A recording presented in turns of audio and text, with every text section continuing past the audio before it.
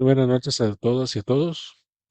Sean bienvenidos al curso de Inteligencia Artificial para Médicos Familiares de Ameyali, Huayna. Es un verdadero gusto contar con su presencia en este espacio de aprendizaje que hemos preparado con mucho entusiasmo.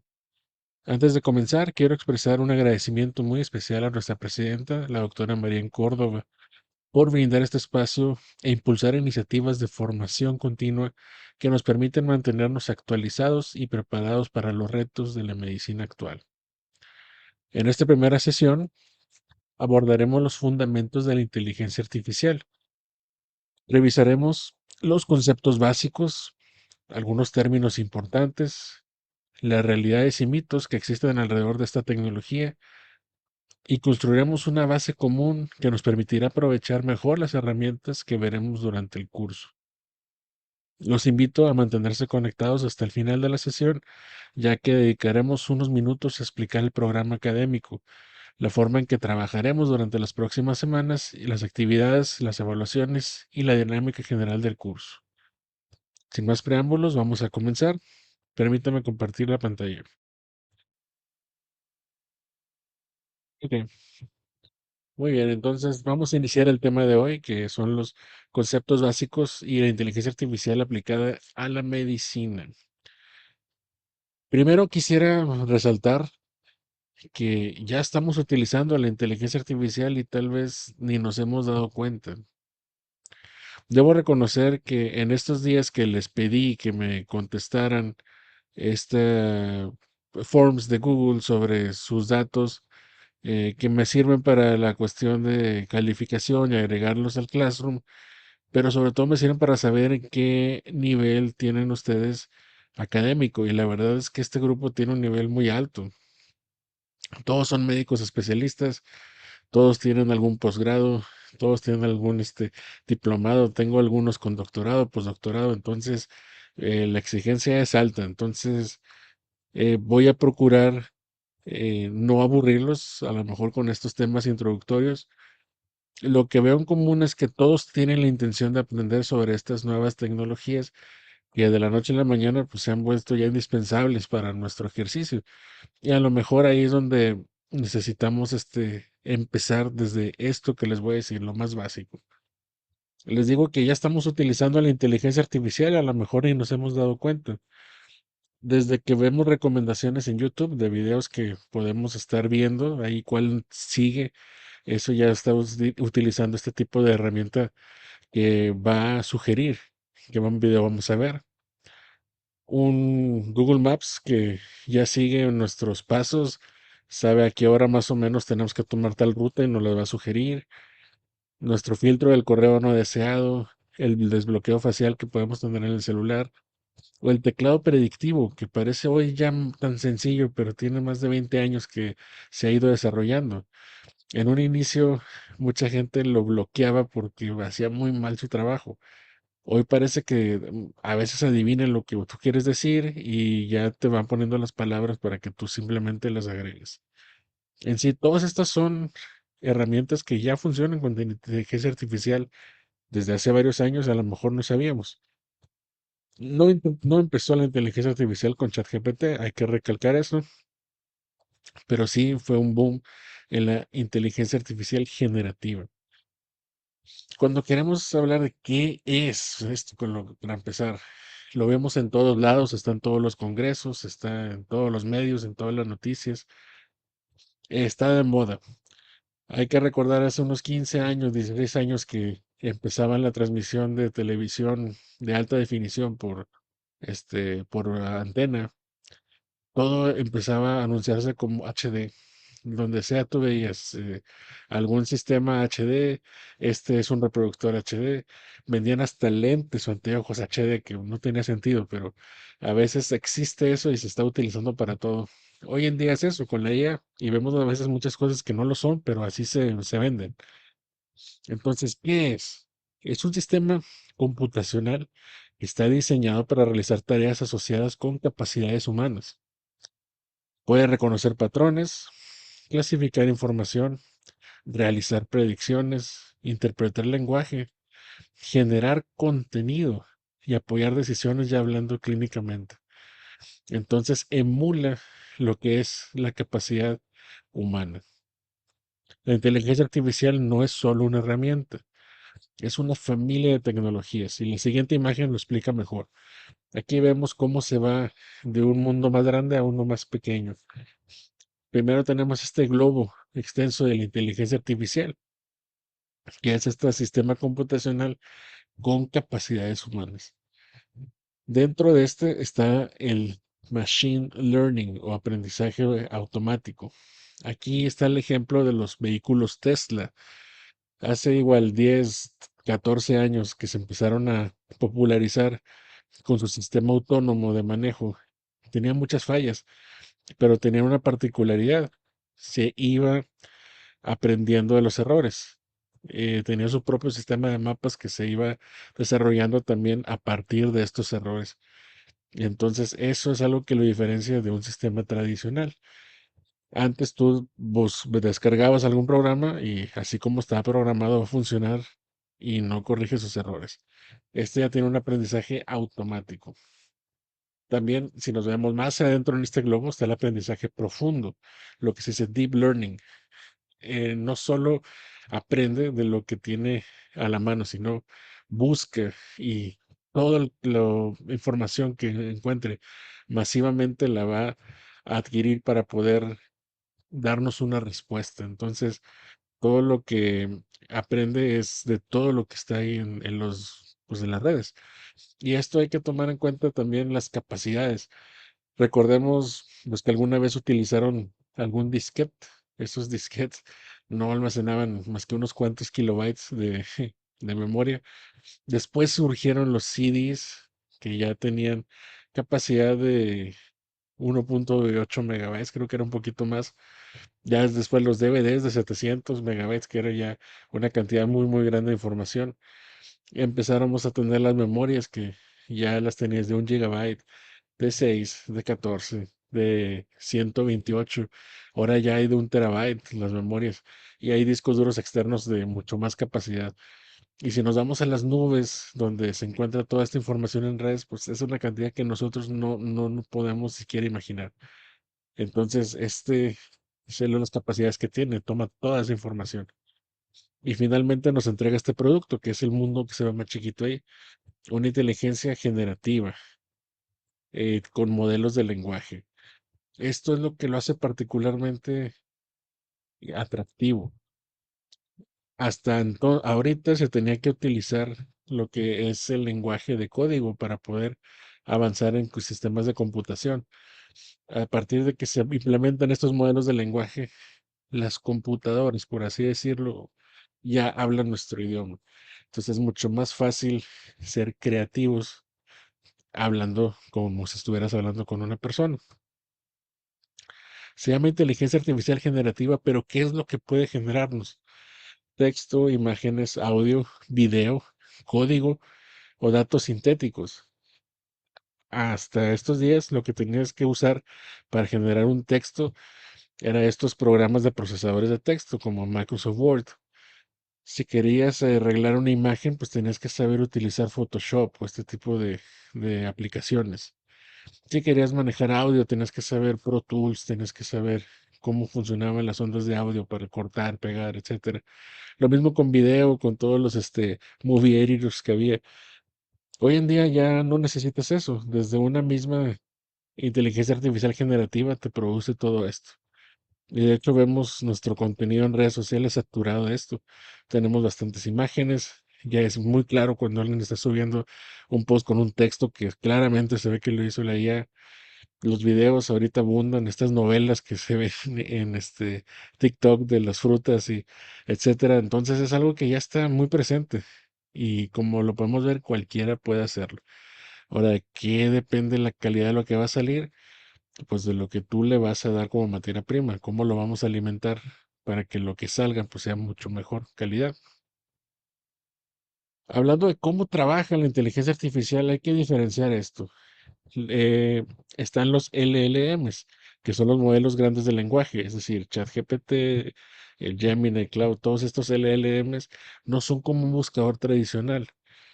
Aquí menciono de una enciclopedia porque ya ni siquiera Google, cuando antes entrabas a Google, era un buscador tradicional, pero ya desde hace un año implementa su propia inteligencia artificial. Ya no podría ser esa la comparación. Pero lo que hace es que es un sistema entrenado con grandes cantidades de texto para reconocer patrones lingüísticos y nos genera respuestas a partir del contexto. Y esto puede ser en el idioma que tú quieras, porque la información está en todos los idiomas. Y si te da una información y dices, dámelo en inglés, dámelo en francés, dámelo en árabe, te lo puede generar, porque tiene toda esta información. ¿Cómo es el proceso? ¿Cómo sería la maquilación de desde que tú le das una instrucción hasta lo que tienes ya generado? Tú vas a hacer un prompt, vas a hacer una pregunta, vas a meter en texto o dictado, pero la instrucción, lo que tú quieres. A partir de ahí, la manera en que lo entiende la IA es fragmentándolo. Lo divide en distintos pedacitos. Esos pedacitos son los tokens. Así, ese nombre es importante porque así es como medimos qué tan eficiente es un sistema o no. Entonces aquí vemos que se ven como cuadritos. De todo lo que tú dijiste ya sacaron muchos tokens. Entonces, el mismo sistema que tiene para hacer deep learning o el aprendizaje profundo va a revisar el contexto, ve qué relación tienen estos tokens entre sí, empieza a buscar información similar y a partir de ahí nos genera en base a probabilidades, como cuando en el texto predictivo eh, te quiere adivinar qué palabra vas a poner después de la que estás colocando, que parece que mientras más lo usas te conoce mejor. Aquí lo mismo, empieza a revisar los toques que tú le estás dando y te va generando palabra por palabra una respuesta, una construcción progresiva. Entonces, un modelo de lenguaje genera una respuesta probable matemática y estadística. Todo este proceso se ve de fondo, que es lo que cuando decimos que está pensando este modelos de LLM. Entonces tenemos estos conceptos. Los tokens que ya le dije que son estos fragmentos de texto, pueden ser palabras, pueden ser frases. De ahí se divide, haz de cuenta. Ah, ok. Como las palabras clave cuando haces un artículo, es algo muy similar a eso. El contexto es la información disponible sobre esos tokens que estás tú metiendo como información. Los patrones, que es decir, esta persona siempre entra y me pregunta sobre cuestiones de investigación, pues sabe que lo que tú estás preguntando tiene que ver con investigación. Entonces va aprendiendo un tipo de patrón repetitivo. Y al último, lo que se llama probabilidad. Es decir, bueno, ya con todo esto, tengo estas probables respuestas, pero lo que yo creo que él necesita es esto. Te va a seleccionar lo que sería la continuación plausible y te da una respuesta. Y ojo, esto es muy importante porque lo vamos a repasar más adelante y varias veces lo voy a mencionar. La inteligencia artificial puede producir una respuesta clara, coherente y convincente sin que necesariamente sea correcta. Ojo, esto es muy importante. ChatGPT no es toda la inteligencia artificial. Es la más popular porque fue la primera que hizo el gran boom de la inteligencia generativa. Pero existen otras. Aquí vemos los logos de Cloud, de Copilot, de Gemini, está Perplexity, Meta AI, está la DeepSeek de los chinos, está el Grok que se utiliza en X. Hay muchas que se pueden utilizar. Así como Google no es todo el Internet, ChatGPT es solo una de las puertas de entrada de este ecosistema. Y a mí me interesaría que ustedes jueguen con todas estas. La intención de esta primer clase es dar conceptos y empezar a interactuar. Ahorita todavía no vamos a hablar sobre cómo hacer un buen prompt o cómo utilizar las herramientas específicas para sacarle más provecho. Para eso tenemos las siguientes clases. Ahorita me gustaría que empiecen jugando con cada una de estas, haciendo preguntas, ver cómo les contestan, sacando conclusiones de eso. Hablar cuáles serían las tres principales. Definitivamente están ChatGPT, Claude y Gemini. ChatGPT es de OpenAI. En sus inicios fue creada por Elon Musk, ya ahorita no está. Tienen un trasfondo político, económico, están en el mercado. Es una cuestión muy interesante a la cual no me voy a meter, pero hay noticias diario de esto que están detrás de lo que están presentando. El enfoque que tiene es un asistente generalista y multimodal. Sirve para todo. Es excelente flexibilidad para texto, imágenes, voz y análisis de datos. Claude de Anthropic. Este es el enemigo de OpenAI. Se enfoca más en hacer análisis y redacción más extensos. Lo que quieren hacer ellos es un trabajo más fino y en eso se quiere diferenciar el ChatGPT. Sobresale por procesar documentos largos y conversaciones muy estructuradas. Y Gemini, que es el que tiene más poder de soporte, porque Google pues ha sido el dueño del Internet los últimos 20 años, es el que tiene una alta multimodalidad nativa e integración perfecta con su ecosistema Google que todos conocemos. Entonces surge la pregunta inevitable que cada que yo tenía oportunidad de dar estos temas de inteligencia artificial, ya sea por una sesión o un congreso, me dicen, oiga, doctor, ¿y cuál es la mejor inteligencia artificial? Aquí tendríamos que definir, pues, ¿para qué? Para redactar, para analizar documentos, para programar, para crear imágenes, para buscar evidencia científica, para responder rápido y a bajo costo. Entonces, no hay una respuesta sencilla. Y los medios en general, lo que si ustedes quieren investigar al respecto, hay un término que se utiliza, que son los benchmarks. Benchmarks son indicadores, prácticamente sería un sinónimo para evaluar estas capacidades. Y por ejemplo, les voy a mostrar unos que son de unos días, que acaba del 1 de agosto empezaron a salir. Cada mes, cada 2 semanas salen. Lo que es la comparación de capacidad general, es decir, es un promedio desde cómo crea imágenes, cómo responde texto, cómo crea código, etcétera. Y ahí, si se dan cuenta, el Cloud Fable 5 de Anthropic tiene 60 puntos y el GPT 5.6 o sea, chat o OpenAI tiene 59. Hay un puntito de diferencia. Y más atrás está Gemini con su modelo 3.6. Y ahí vemos que si nos dejamos ir por esta gráfica, podemos decir, no, pues Cloud es la mejor, aunque solo es un puntito. Y esto es muy general. Hablando nosotros desde el punto de vista médico, pues sí nos hace falta más información, porque no estamos hablando sobre seguridad del paciente ni cómo se maneja esto. Aquí, aparte de los nombres de estos programas, tienen la generación o la versión en la que van, como los celulares, que cuando tú ves el iOS X número o ves el Android X número que le pone nombre de dulces, aquí es igual. Cloud, ahorita su modelo más reciente es el Fable 5. ChatGPT, su modelo más reciente es 5.6 Sol y Gemini es el 3.6 Flash. Eso es donde estamos ahorita. ¿Qué pasa si cambiamos el indicador y queremos ver por velocidad de generación? ¿Cuál sería el más grande? La velocidad de generación se mide en tokens de salida por segundo. Ya habíamos visto lo que es un token, eso es la cantidad de información así fraccionada. Y esto, así como tú se lo das en una instrucción, te lo regresa ya en una respuesta. Y eso se mide en tokens de salida por segundo. Y aquí tú verías que claramente Google pues les lleva de calle 213 a comparación de 68, 75 de ChatGPT y Claude. Entonces, aquí el modelo con mayor puntuación definitivamente pareciera que es el Gemini, pero que generalmente no les pudo ganar o se quedó más atrás. Y si vemos el factor costo, aquí estamos hablando de cuánto le cuesta a cada modelo subsistir. Este usa la cantidad de dólares para completar lo que se llama el Intelligence Index. Aquí lo que queremos es un modelo que no consuma tanto, que no gaste tanto, porque significa que es más sostenible.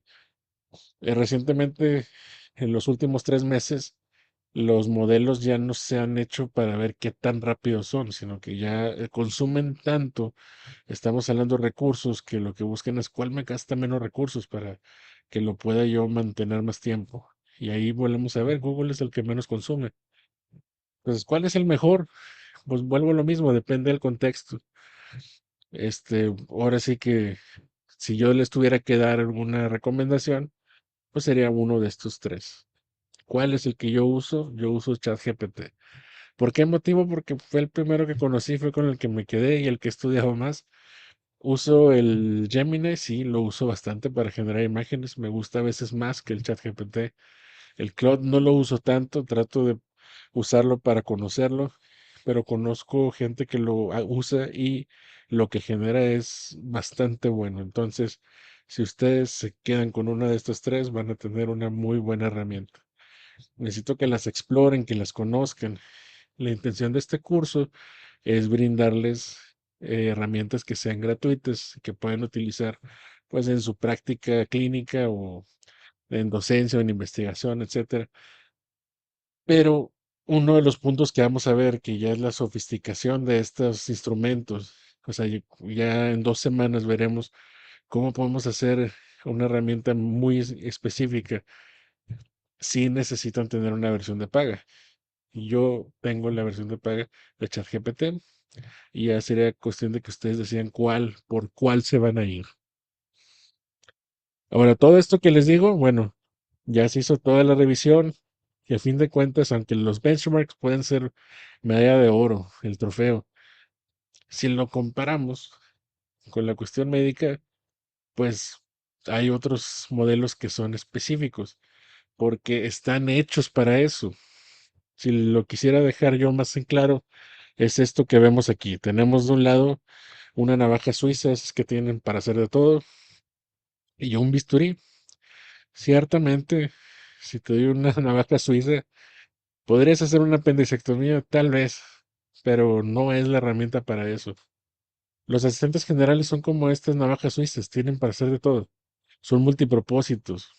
El riesgo es de que nos pueden generar respuestas sin citar una evidencia y sin ser lo que necesitamos nosotros como médicos.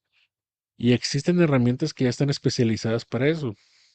Yo hoy les voy a mostrar el de Open Evidence, que es una que constantemente cuando tengo oportunidad la recomiendo, porque me gusta mucho cómo funciona. Está diseñada exclusivamente para recuperar información biomédica y vincular afirmaciones con literatura verificable. Entonces aquí dejo este argumento, que el error más frecuente no es usar mal una herramienta, sino usar una herramienta general para una tarea especializada. Y lo vemos como ahorita les voy a mostrar en Open Evidence. Nos responde una pregunta clínica, nos muestra evidencia científica real, nos da, ahí como se ven en la lupa, se ven resaltadas las fuentes, tienes acceso a las fuentes, entonces puedes verificar que lo que te está dando respuesta tiene un fundamento. A diferencia que si tú haces una revisión en un LLM como ChatGPT, en Claude Gemini, no te va a dar siempre esas referencias. Cada vez lo hacen mejor. Esto es importante decirlo. En el transcurso de este año he podido presentar este tema en distintas ocasiones y cuando lo reviso veo que mejora bastante. A veces cuando quiero mostrar cuando se equivoca, en la inteligencia artificial cada vez me cuesta más trabajo encontrar un punto donde se equivoque porque se está equivocando cada vez menos. Pero aún así, la respuesta que te puede brindar no se compara con lo que es una herramienta especializada. Eso es lo que quiero quedar claro con esto. Entonces vamos a hacer este ejercicio. Voy a hacer la pregunta si en adultos inmunocompetentes con diverticulitis aguda no complicada, confirmada por tomografía, se recomienda utilizar antibiótico de rutina. Vamos a ver cómo nos responde ChatGPT y cómo nos responde OpenEvidence. Ahorita para que lo vean claramente ustedes. Ojo, esto es importante. No quiero demostrar cuál tiene la razón absoluta. Lo que quiero es que vean la manera en que nos da la información una herramienta que es general a una que ya es específica. ChatGPT. En el ChatGPT, ustedes tienen que empezar a familiarizarse con la ventana. Tenemos esto que es nuestra ventana aquí donde empezamos la conversación y en este pestaña donde tenemos todas las opciones y conversaciones. Entonces, vamos a hacer la pregunta. En un paciente inmunocomprometido con diverticulitis aguda detectada por tomografía, se inician antibióticos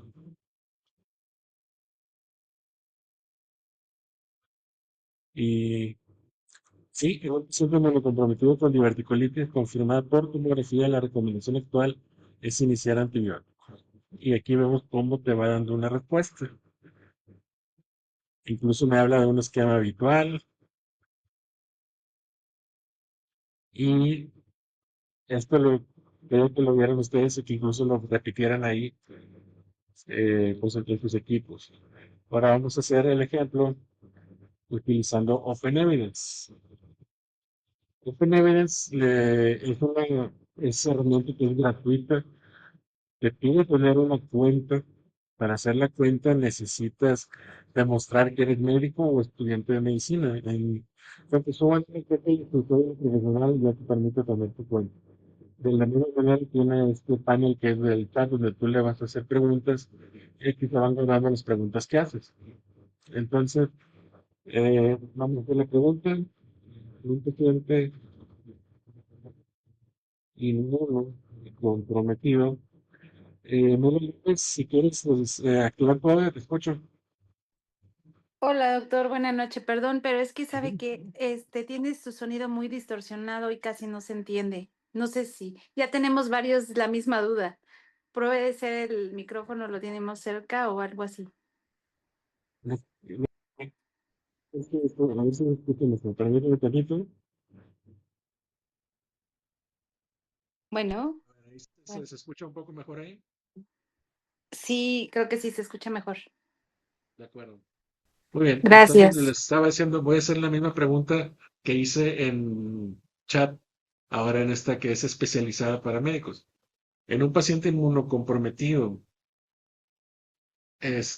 con diverticulitis aguda identificada por tomografía, deben iniciarse antibióticos.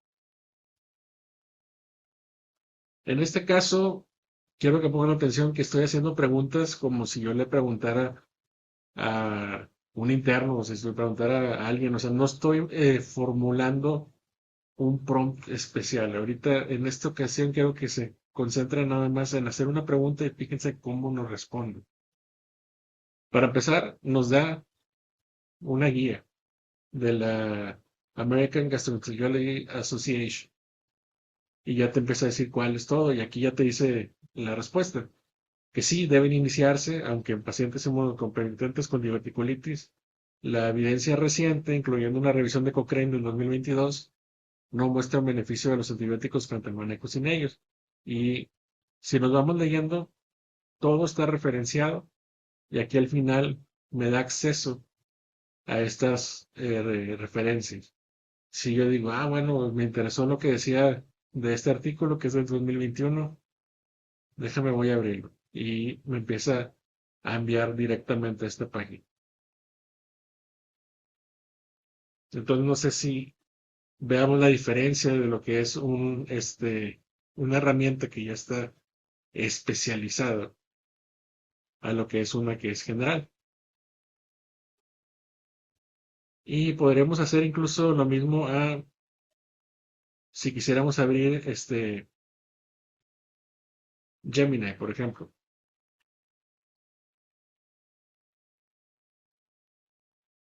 Vamos a hacer la misma pregunta.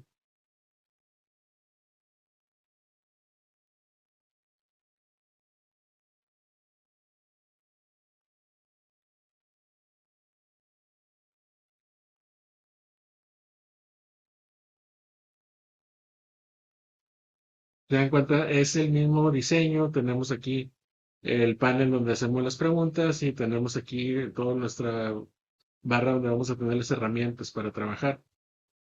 La respuesta es similar a la que nos da ChatGPT, pero si se dan cuenta es una respuesta que puede estar correcta, o sea, de hecho sí es correcto porque es la misma información que se está dando,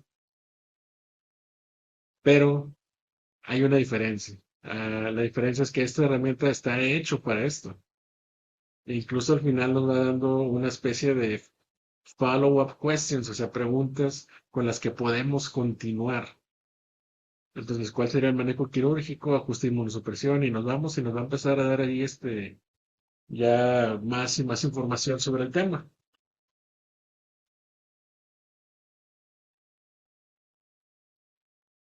Entonces, aquí volviendo a ChatGPT y en general en todas, un punto que desde ahorita me gustaría que que traten cuando empiecen a jugar con estos programas. Yo ya hice la pregunta, ya me dio la respuesta. Si voy a hacer otra cosa, vámonos a una nueva conversación. No les recomiendo quedarse en la misma. Si tú le sigues preguntando, te va a estar respondiendo, pero aumenta el riesgo de que las respuestas estén equivocadas. Entonces, ahorita, antes de regresar a la presentación, el siguiente punto que quería tratar es de qué manera se equivoque, cuándo es más probable que se equivoque una de estas herramientas. Como les dije, aquí tenemos funciones muy específicas que hace cada programa. Y la verdad es que cada vez se equivocan menos. Apenas en el mes de mayo, ese fue el tema que dimos en el Congreso de Puebla. Y ciertas cosas que preparamos para ese congreso ahorita las intenté yo practicar y ya no me funcionan. O sea, no puedo hacer que se equivoque tan fácil. O sea, ya han mejorado mucho esas cosas. Entonces, vamos a suponer que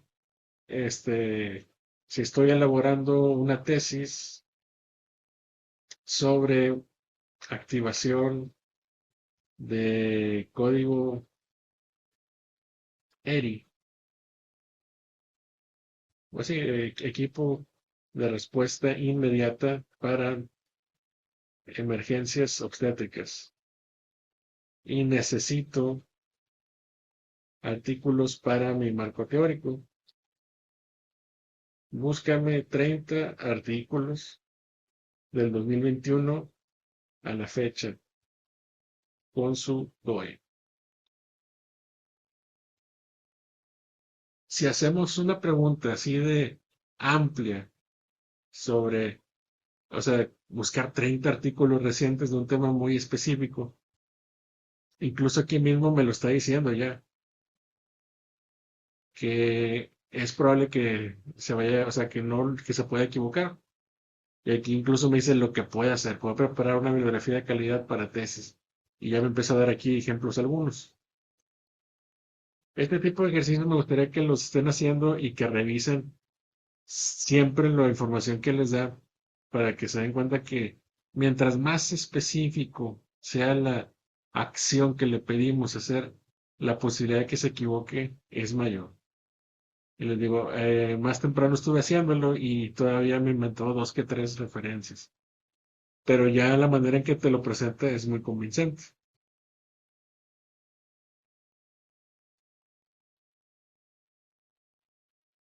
Entonces aquí el siguiente punto que quiero tratar es esto, de cuando el algoritmo se equivoca. Y tenemos este mito que se habla de la fluidez lingüística. Vemos aquí esa tablita que se ve muy bonita, pero vemos en la otra imagen que se está resquebrajando de sus bases. No basta con evaluar si una respuesta se lee bien o suena inteligente.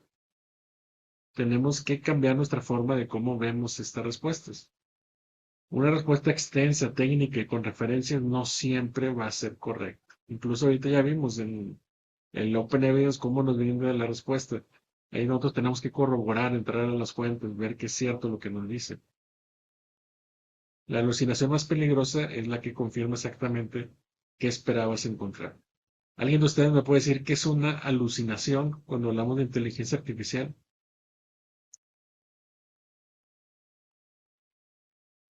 Y que guste desbloquear su micrófono, que nos diga qué es una alucinación.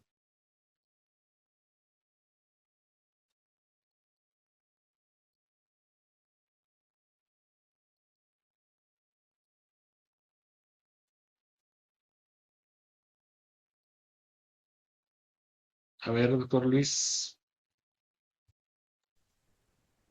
Es un error o es una desviación, es un error de lo que la máquina está pensando. Si no encuentras información, la va a inventar para poder rellenar lo que se le está pidiendo. Exactamente. Es una manera en que te empieza a inventar cosas, porque lo que quiere es darte una respuesta. Está programado para eso. Y ese es el nombre que se le da. alucinación. Entonces, les dejo Una esta falsa tablita donde percepción. dice cómo vamos a evaluar una respuesta que nos dan estos herramientas, estos LLMs. En 3 puntos: calidad de la información, rigor científico y hablar de la seguridad del paciente. Calidad de la información se refiere a que la estructura de la información que me está dando es comprensible. Tú notas que a veces no tiene sentido lo que te está diciendo, no tiene una estructura, es porque está sacando información que no existe. Refleja lo que estamos viendo actualmente, o sea, la última evidencia. El rigor científico es, me está dando referencias, cita las fuentes si son reales y podemos verificar estos datos que me está dando. Y hablando de seguridad del paciente es, esto sirve en un caso real, advierte cuando no aplica o incluso admite si hay falta de evidencia, que eso lo hacen ya las herramientas que son especializadas. Entonces, esto es algo que tenemos que preguntarnos siempre que estemos utilizando alguna de estas herramientas. Aquí, este estudio es un estudio que hizo sobre cuestiones de enfermedades mentales. Empezaron en investigación a pedir lo que acabo de hacer, pedir que le dieran fuentes, que les brindaran artículos. Y se generaron 176 referencias. Este es el modelo que era ChatGPT 4.0. Si ven, ahorita ya vamos en el 5.6. Es algo que avanza muchísimo. Esto apenas salió en diciembre. 20% fueron totalmente fabricadas, o sea, no existen. Esa es una fuente que no existe. Y 45% contenía errores graves, es decir, tú buscabas y los coautores no existían o les cambiaron el nombre o el DOI era falso, pero así está el artículo, pero ahora le cambió un poquito el título. Entonces, la sofisticación del modelo no elimina el riesgo de que te invente algo.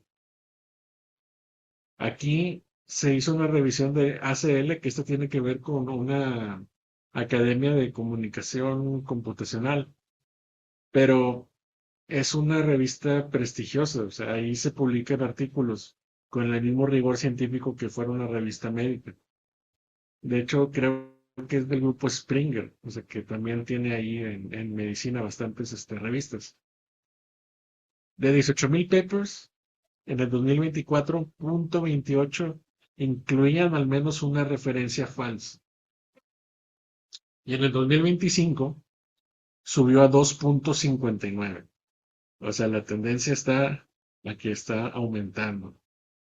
Y si revisamos, esta es una que se generó, que es falsa.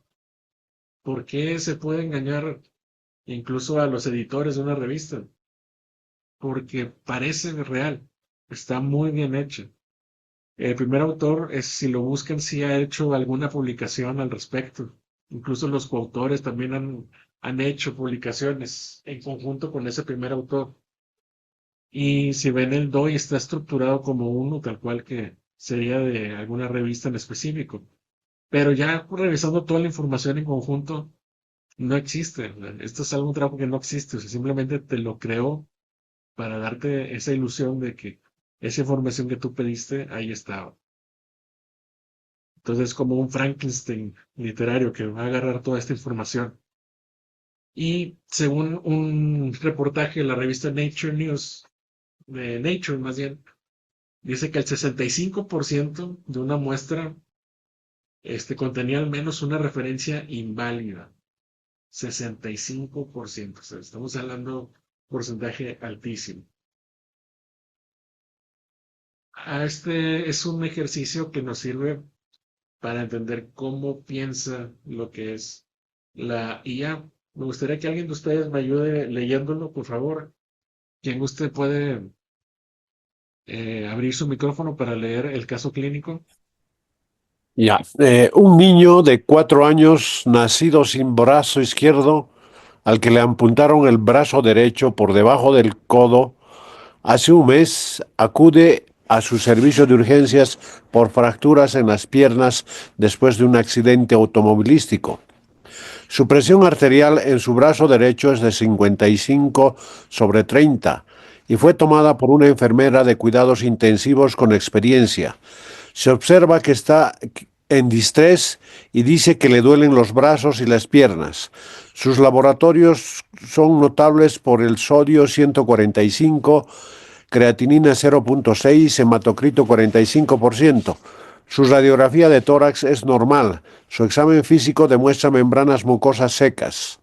¿Cuál es la mejor conducta inmediata a seguir? Uno, Muchas cardioversión. gracias. Dos, ya.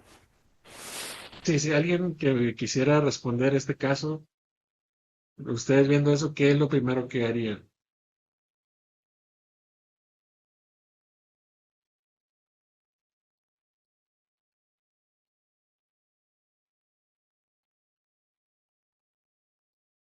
Ya nos decían las opciones: cardioversión, verificar la presión nuevamente en la frente, colocar yeso en el brazo fracturado, iniciar líquidos intravenosos de mantenimiento, dar de alta a domicilio. Con esas respuestas, ¿ustedes por cuál se irían?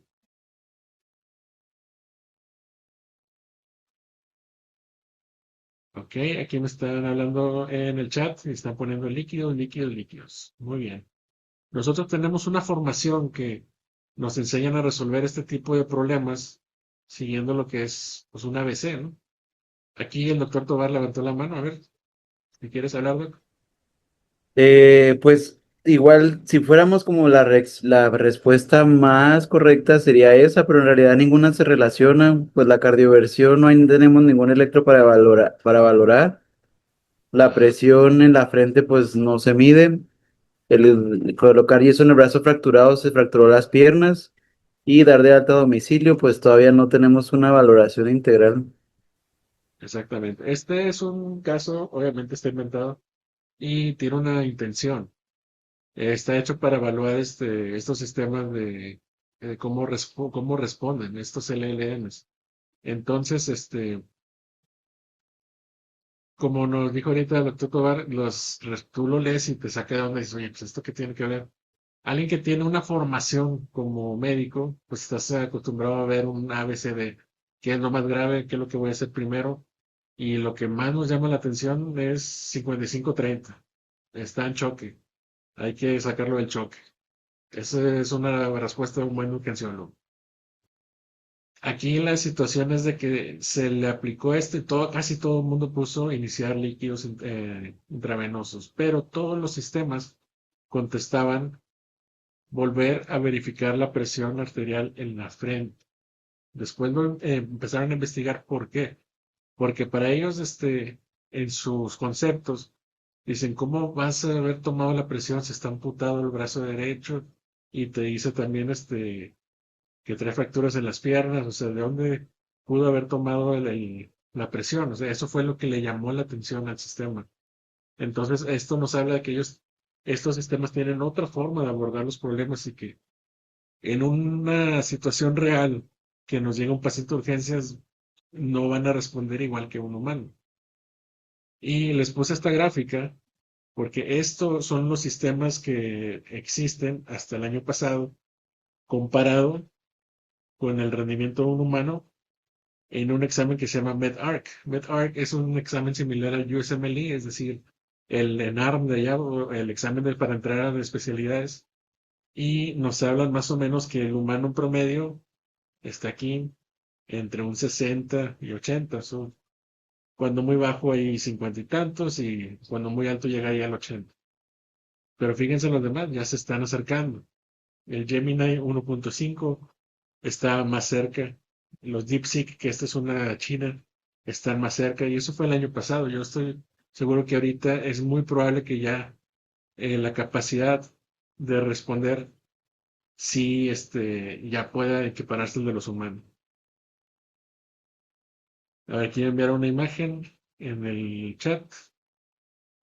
Ay, perdón, nomás permítanme verla. Ok, este se le fue mejor, está más inteligente el, el asistente del doctor Mike Gutiérrez Galindo, que sí le pone que no vaya a volver a verificar la presión. Muy bien, este simplemente es un ejercicio donde, como le digo, está inventado, no hay una respuesta así correcta, pero es algo que nos pone a pensar cómo es que está trabajando estos sistemas. Entonces, esta imagen a mí me gusta mucho porque en un paciente complejo quieres aplicar un protocolo estándar, no caben las piezas. Entonces, aquí el escenario es el que acabamos de ver y el error de la inteligencia es sugerir erróneamente colocar un brazalete para medir la presión arterial en la frente. Entonces, tiene muy buen desempeño todas estas herramientas para exámenes estructurados porque ya se están preparando para eso. Pero todavía en los escenarios clínicos reales no están ahí. Entonces, esto es un poquito esperanzador para nosotros. ¿Cuáles son los riesgos que podemos tener del uso de la inteligencia artificial? Esto viene de un artículo que lanzaron médicos familiares en la revista Lancet Primary Care del grupo de trabajo de medicina digital, creo que se llama porque le van cambiando el nombre. Hay un grupo de trabajo ahí de Wonka y publicaron esto. Entonces, igual alguien que me quiera ayudar para empezar a leer, vamos a leer el número 1. Alguien que quiera apoyarme ahí,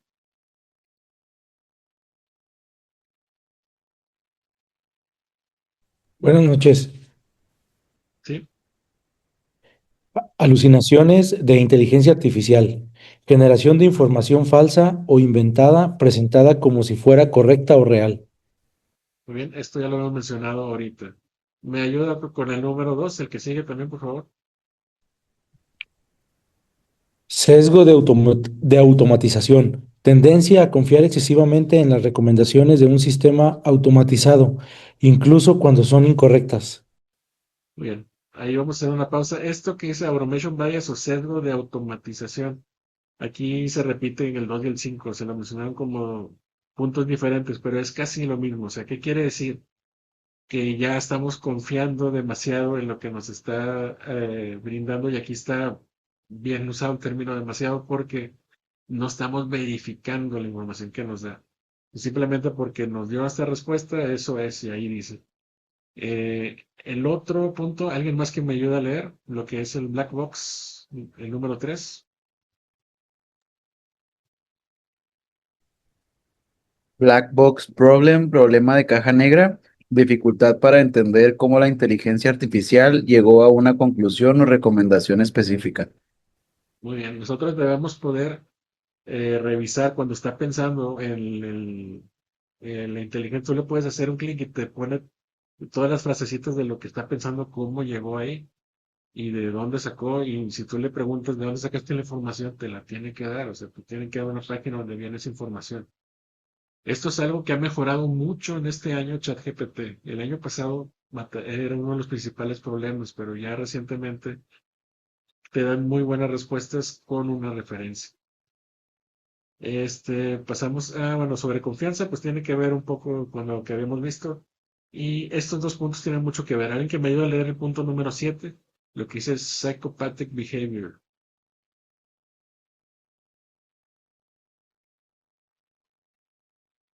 Psychophantic behavior, perdón. Alguien que me ayude a leer ese número 7. Dice, la IA tiende a validar el razonamiento del usuario aunque esté equivocado. Muy bien, muchas gracias. Esto lo van a empezar a ver ahora que con lo que les voy a pedir de actividad, que estén trabajando con las herramientas.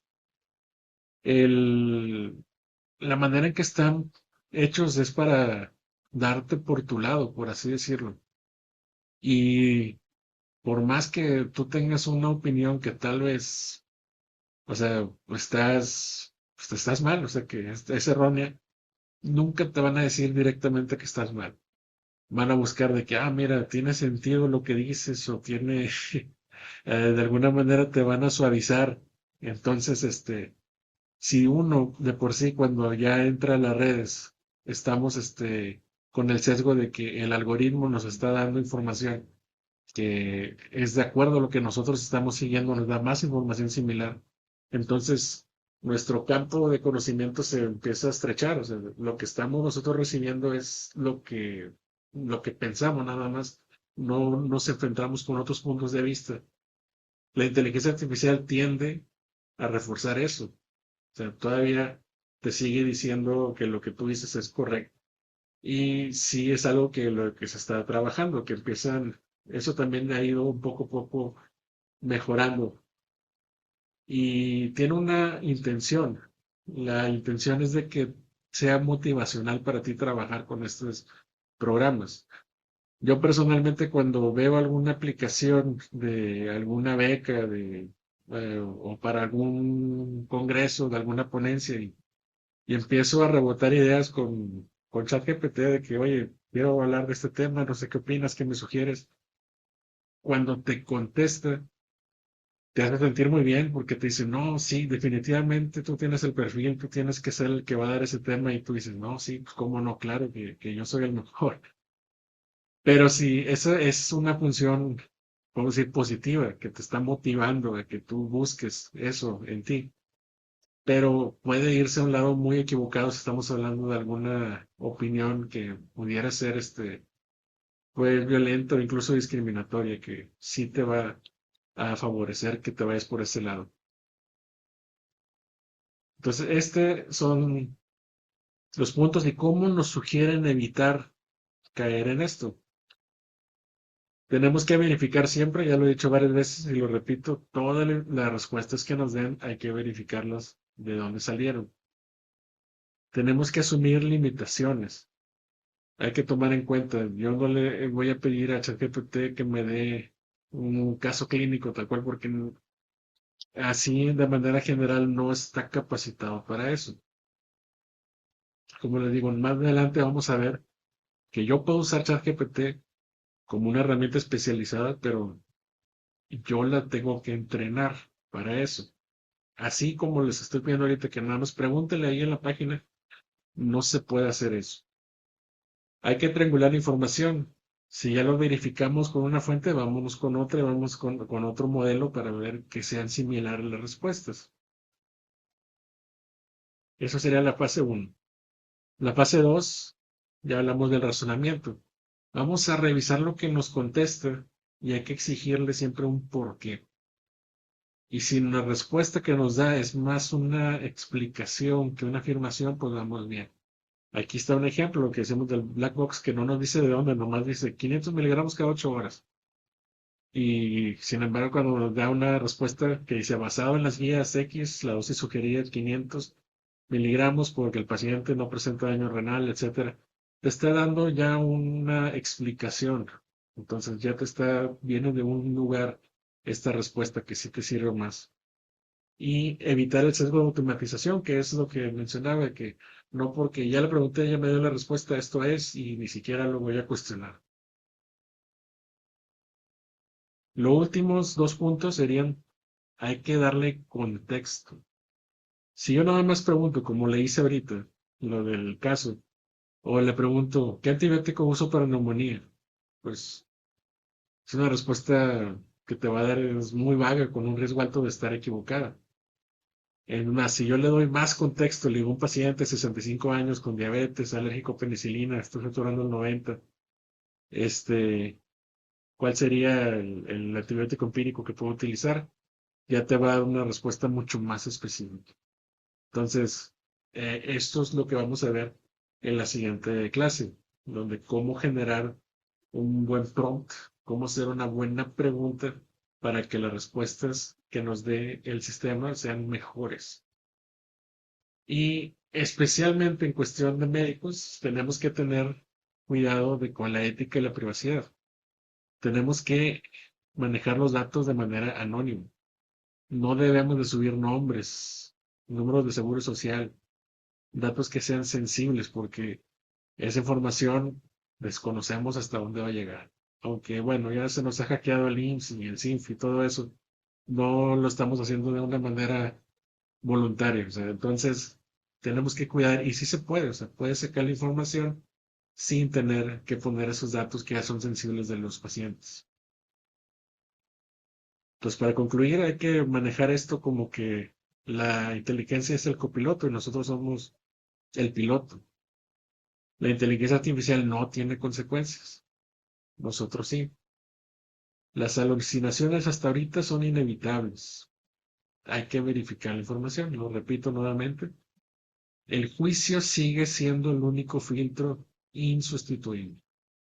Y hasta ahorita, revisando yo todas sus respuestas del cuestionario, yo sé que todos ustedes tienen un juicio clínico bastante agudo, entonces hay que utilizarlo cuando manejamos estas herramientas. Estas herramientas nos sirven para mejorar nuestras decisiones, no son para delegarlas. Esto es, a manera de introducción, lo que quería ver el día de hoy con ustedes. No sé si hasta ahorita lo que comenté, hay algún comentario, alguna pregunta, algo que no me entendieron o no alcanzaron a escuchar bien.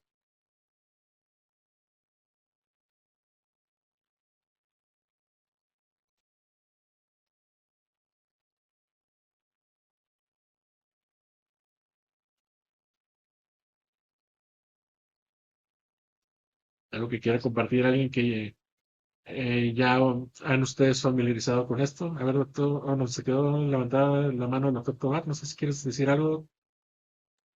Sí, tengo duda. En la parte de la plataforma de Open Evidence, ¿cómo era lo del registro? Eso sí no lo alcancé a escuchar. Ah, ok. Esta no está abierta al público en general. Te van a pedir tus datos y te piden algo que verifique que eres o sea, médico. Entonces, subes tu cédula profesional y con eso es suficiente. ¿Se pueden estudiantes de pregrado? Sí, cuando tienen que subir una constancia de estudiantes o les piden el mismo gafet, creo que de estudiantes. Este, en México no tiene costo. Si lo haces como médico estadounidense, sí te va a costar. Creo que toda Latinoamérica no tiene costo. Entonces, nada más te piden eso, que demuestres que eres médico. O sea, no lo puedes cargar ese cualquier persona.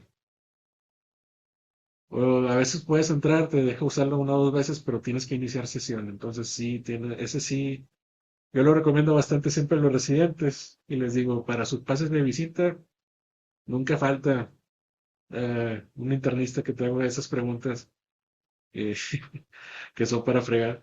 Pues de ahí lo buscas y vas a encontrar una respuesta pues favorable, nomás algo que sí en el momento rápido y te da una buena respuesta.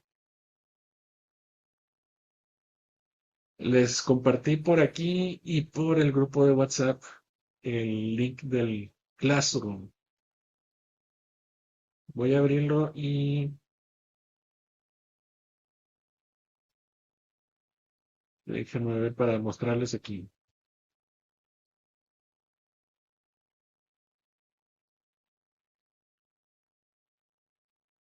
Ahorita les comparto pantalla.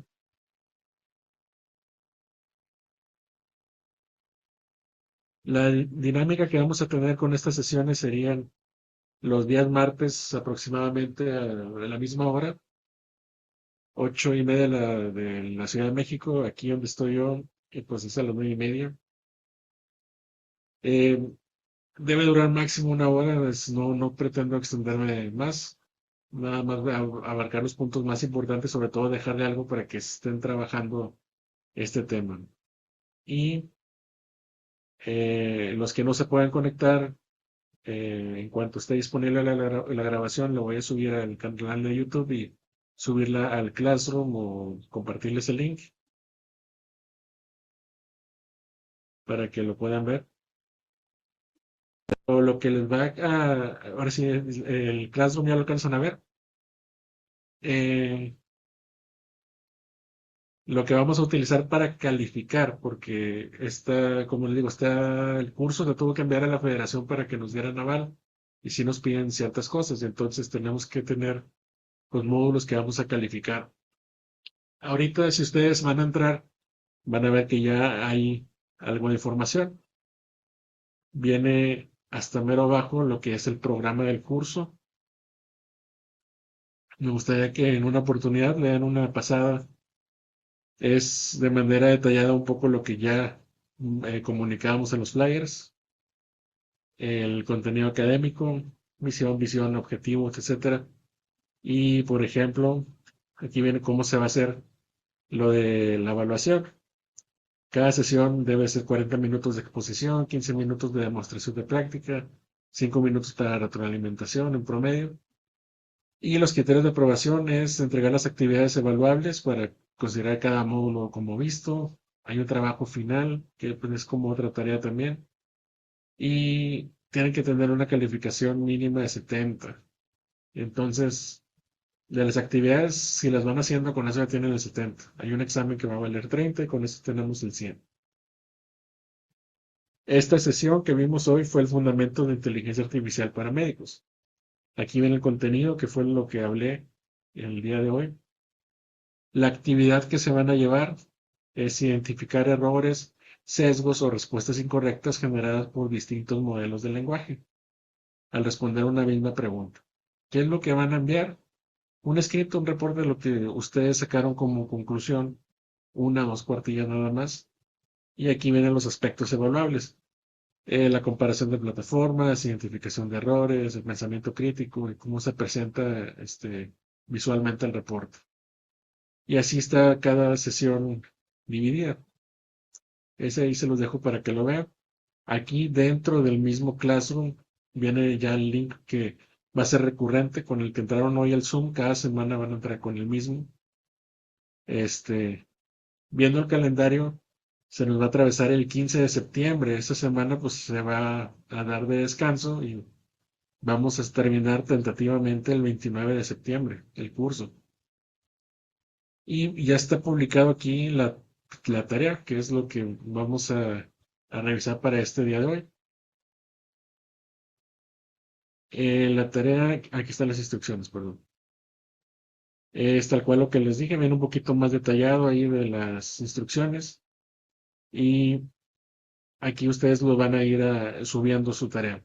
Cualquier duda, pues igual ya tienen ahí el WhatsApp, pueden comunicarse conmigo. También está el doctor Luis Barajas apoyándome.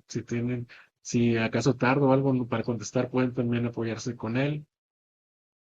El programa está hecho pues, para que ustedes aprendan y lo disfruten. No se trata así como de estar pidiendo nada más así, tareas muy complicadas, pero sí son cuestiones que complementan lo que ya vimos.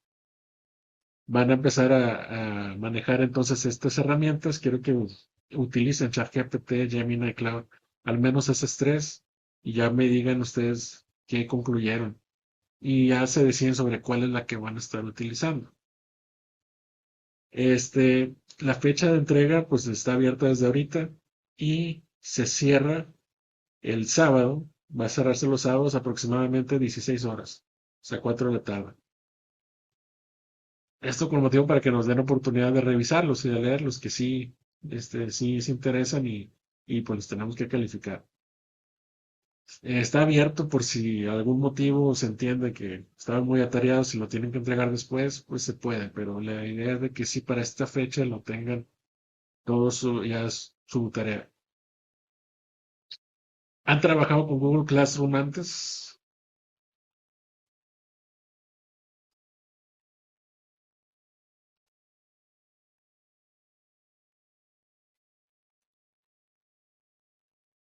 Ok, aquí veo que algunos me dicen que sí, otros que no. Es bastante sencillo, simplemente ahí va a quedar la evidencia de cada tarea que vayamos pidiendo y ahí mismo se ven las calificaciones. Entonces, esta primera semana vamos a ver esto, que le digo es una tarea sencilla y pues voy a ir revisando en cuanto vayan subiendo ustedes ahí sus textos. Como ahí vienen los puntos que vamos a utilizar para calificarlos. Este, Nada más, hasta ahorita no sé si tengan algún comentario o duda de lo que vamos a estar viendo.